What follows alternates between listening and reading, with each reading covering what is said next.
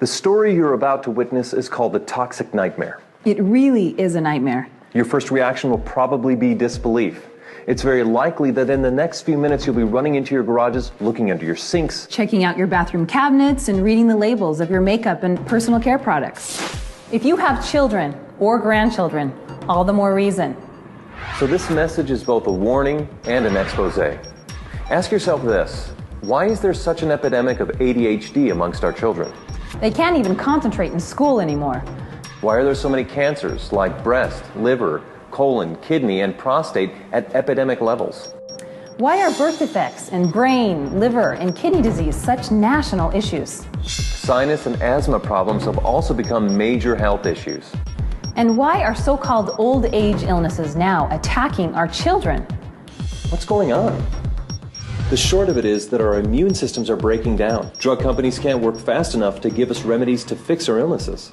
The problem is that their remedies often cause side effects that are worse than the illness itself. In the next few minutes, we'll discuss a primary cause of these health issues, and then we'll discuss the solution. We'll even touch on a way to benefit financially by becoming a part of that solution. Let's be specific. We're going to mention some seriously toxic ingredients. We'd like to issue a challenge. Don't take our word on anything. Don't just listen to this message. Make some label comparisons. Then you'll really be shocked. Here's a short list of the top 12 toxic ingredients you'll find in your home. In fact, we call these the Toxic 12. We'll talk about 5 of them in some detail. Once again, check these ingredients against the products you use. First, propylene glycol, butylene glycol, or ethylene glycol. Now run into your garage and check your antifreeze. Antifreeze is one of those glycols.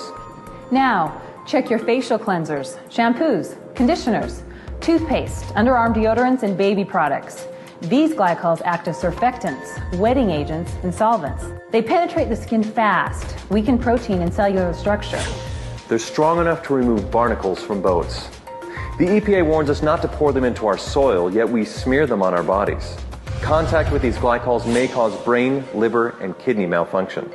Yet, about 1/3 of all the beauty and personal care products you use morning, afternoon, and evening contain them and do not have a warning label.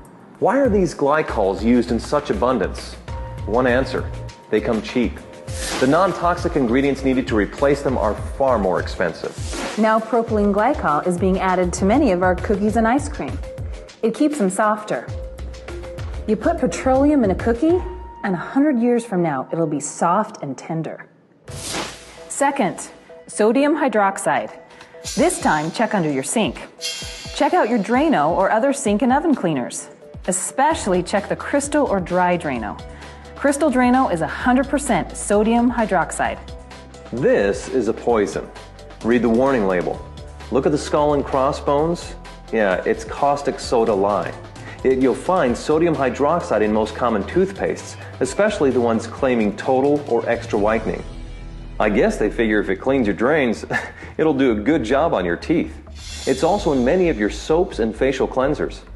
Third, sodium lauryl sulfate, sodium lauryl sulfate, or ammonium lauryl sulfate. These sulfates are strong detergents. They're used in garage floor cleaners and engine degreasers. Yet they'll be in 90%, get that, 90% of your beauty and personal care products that foam. Why? It's the cheapest way to create foam. They're linked to eye damage, depression, diarrhea, skin irritation, and even death. Our bodies retain these sulfates for extensive periods of time. This means that even smaller dosages amount up to higher and higher levels of toxicity in our bodies. Think of what that means to smaller bodies, like infants and children. Think of the unborn infants. Any wonder why attention deficit and learning disabilities are at epidemic proportions? Fourth, DEA, MEA, or TEA. These are hormone-disrupting chemicals with ties to cancer. They're restricted in Europe, yet used freely in the US. The EPA says that repeated applications result in major increases in liver, breast, and kidney cancer. The risk is significantly increased in children. Fifth, PEG, or polyethylene glycol. This is a carcinogenic petroleum compound that reduces the skin's natural moisture. Prolonged use seriously ages the skin. In addition, it has links to all forms of cancer. The higher the PEG content, like PEG 20, 50, 100, or 120, the worse it becomes. Sixth, DMDM or urea. These are preservatives that release formaldehyde. 7. Mineral oil. It's another petroleum product that coats the skin like saran wrap. Baby oil is 100% mineral oil. 8. Triclosan. It's a synthetic antibacterial with a chemical structure similar to Agent Orange. The EPA registers it as a pesticide. 9. Parabens, or anything that has paraben as part of its name. They are hormone-disrupting chemicals. 10th, isopropyl alcohol. It ages and dries the skin, promoting wrinkles and brown spots. 11th, FD&C color pigments. These are synthetic colors from coal tar. They score the highest mark on the toxic scale. 12th, fragrances. They may contain up to 4,000 ingredients. Animal urine is most often used to create the desired smell. Well, those are the toxic 12. There's another 100 or so that should receive dishonorable mention. Additional toxicity information can be found at safecosmetics.org. Check it out. By the way, guess which occupational group has the youngest death rate? You probably guessed it. Cosmetologists. That's obviously due to increased exposure to these chemicals. Just an FYI, lawyers have the next youngest death rate. You can figure that one out for yourself. You might be asking why this is allowed to take place. Easy answer. In 1938, the cosmetic industry was granted self-regulation. Nothing has changed.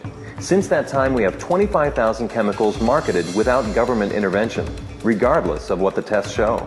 This is probably a good place to warn you about companies who claim their products are safe.